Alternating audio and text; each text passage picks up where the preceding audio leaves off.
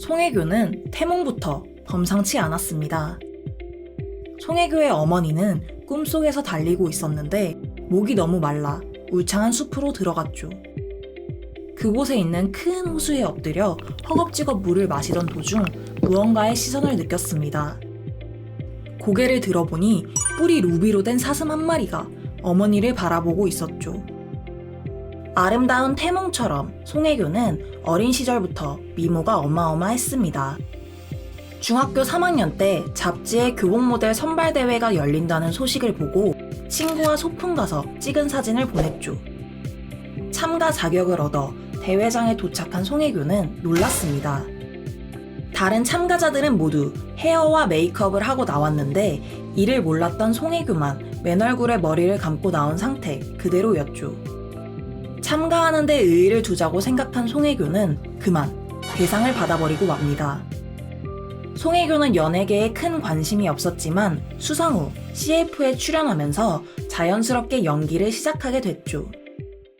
연예인이 되니 그저 학교에 안 나가서 좋았던 송혜교는 18살에 장난반으로 한 드라마에 출연합니다. 그 드라마는 682부작의 SBS 국민 시트콤 순풍 산부인과였죠. 순풍 산부인과는 원장 오지명의 집안 이야기를 중심으로 웃긴 사건 사고가 끊이지 않는 일상을 다룬 시트콤입니다. 송혜교는 따발총 말투 철없는 대학생 막내딸 오혜교 역을 맡았죠.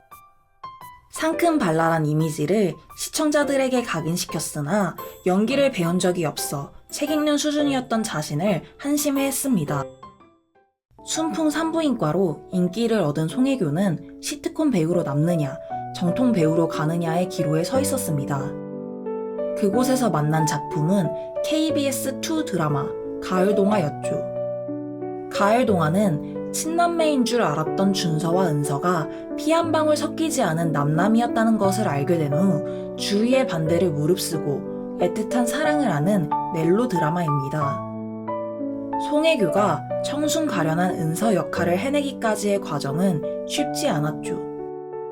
순풍 산부인과의 말빠른 말괄량이 캐릭터 탓에 제작진 모두가 송혜교 캐스팅을 반대했습니다.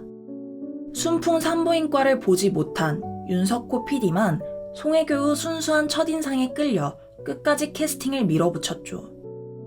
어렵게 캐스팅된 송혜교는 PD에게 5회분을 찍을 때까지 캐스팅을 바꾸고 싶다는 절망적인 말을 들었습니다. 송혜교는 이를 앙다물고 어머니에게 꿀밤을 맞아가며 성격 개조에 돌입했죠.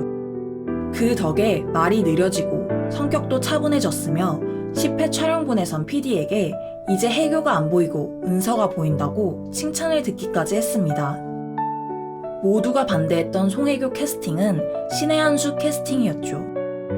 가을동화는 시청률 42.3%를 기록했고 KBS 시청자 게시판에 하루 1000건 이상의 글이 올라올 정도로 신드롬을 일으켰습니다. 연기 욕심이 없었던 송혜교는 가을동화를 하면서 연기에 재미를 붙였죠. 단숨에 정상급 스타가 된 송혜교는 이후 천재 도박사의 인생을 그린 드라마 올리는 카지노 딜러 민수연, 사기당한 집을 되찾기 위해 인기 배우와 계약 결혼하며 벌어지는 로맨틱 코미디 드라마 풀하우스의 작가 지망생 한지은으로 출연해 각각 시청률 47.7%, 40.2%를 달성하며 시청률 제조기로 등극했습니다. 가을동화, 올린, 풀하우스 모두 수출돼 해외에서 폭발적인 인기를 끌었고 송혜교는 한류 스타로 떠올랐죠. 올리는 송혜교 머리 스타일은 평양까지 침투해 북한은 한동안 남조선 날라리풍 단속을 실시했고 풀하우스에서 송혜교가 부른 곰 3마리는 외국인들이 가장 좋아하는 한국 동요로 꼽히기도 했습니다. 이처럼 방송가에서 한껏 주가를 올리고 있던 송혜교는 돌연 스크린 데뷔를 결정합니다. 데뷔작으로는 유키사다 이사오 감독의 세상의 중심에서 사랑을 외치다를 한국 정서에 맞게 각색한 파랑주의보를 선택했죠. 개봉 전부터 왕의 남자를 꺾고 연말 기대작 1위를 차지했으나 23만 명의 관객을 동원하며 흥행 참패했습니다. 파랑주의보는 바닷가 마을에 사는 두 고등학생 수호와 수은의 순수한 첫사랑 이야기입니다. 송혜교는 교내에서 제일 예쁘고 인기 많은 여고생 수은으로 출연했죠. 첫 영화로 모험하기 싫었던 송혜교는 가장 송혜교다운 방식으로 영화계에 도전장을 내밀었지만 TV 드라마와 별다르지 않은 연기로 관객들은 지루함을 느꼈습니다. 송혜교는 차기작으로 황진이를 선택해 귀여운 소녀에서 기품과 관능미를 겸비한 여인으로 연기 변신을 시도했으나 손익분기점의 절반에도 못 미치는 119만 관객이 들며 기대 이하의 흥행 성적을 거뒀죠. 스크린에서 연달아 쓴맛을 본 송혜교는 4년 만에 안방 극장으로 돌아왔습니다. 드라마에서 줄곧 백마탄 왕자를 기다리는 역할을 맡아와 현실적인 이야기를 다루는 작품에 출연하길 원했죠. 판타지 세상에서 현실 세계로 나온 송혜교가 선택한 작품은 방송국 PD들의 삶을 생동감 있게 그려낸 그들이 사는 세상이었습니다. 하지만 현실 세계는 혹독했죠. 방송가에선 영화가 잘 안 되니 다시 드라마를 찾아왔다는 말이 나왔고 첫 화 시청률은 7.7%를 기록했습니다. 드라마로는 늘 시청률 고공행진이었던 송혜교는 처음으로 한 자릿수 시청률을 경험했고 동시에 연기력 논란까지 불거졌습니다. 송혜교가 연기한 주준영은 방송가에서 주목받는 새내기 PD로 직설적이고 당찬 성격의 소유자입니다. 긴박한 상황에서 이것저것 지시하고 소리를 지르는 장면이 많았는데 현장감을 담기 위해 말을 빠르게 하는 과정에서 대사가 부정확하게 들렸죠. 송혜교는 시청자들의 지적을 바로 인지하고 개선하기 위해 치열하게 노력했습니다. 작품을 마칠 땐 캐릭터의 혼연일체돼 송혜교의 재발견이라는 평가를 받으며 논란을 완벽히 불식시켰죠.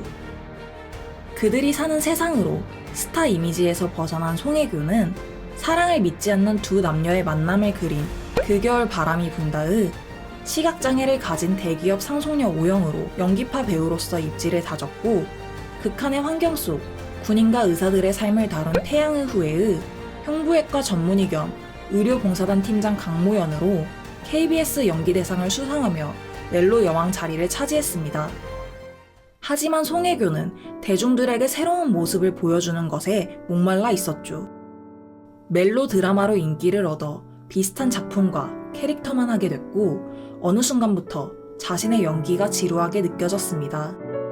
연기에 재능 없다고 자책하며 우울감에 빠졌죠. 그런 송혜교를 절망의 늪에서 꺼내준 사람은 노희경 작가였습니다. 노희경 작가는 나를 사랑하는 방법을 몰랐던 송혜교에게 일어나서 오늘 하루를 어떻게 보낼 것인지 적는 아침 수행과 자기 전 오늘 하루 감사했던 10가지를 적는 저녁 수행을 가르쳐줬고 송혜교는 이를 5년 동안 실천했죠. 그렇게 마음의 안정을 찾은 시기에 만난 작품은 더글로리였습니다. 더글로리는 끔찍한 학교 폭력을 당해 영혼까지 부서진 여자가 온 생을 걸어 가해자들에게 치밀한 복수를 하는 과정을 담은 넷플릭스 시리즈입니다. 송혜교는 복수 하나만 바라보고 분노와 증오로 지옥 같은 시간을 버틴 피해자 문동은 역을 맡아 첫 장르물에 도전했죠. 40대가 된 송혜교는 더 이상 얼굴로 뭔가를 할 수 있는 나이가 아니라는 마음가짐으로 임했습니다. 어려운 연기였지만 자신이 보지 못한 표정들이 나왔을 때 너무 신나 촬영이 끝나고도 다음 촬영을 손꼽아 기다렸죠.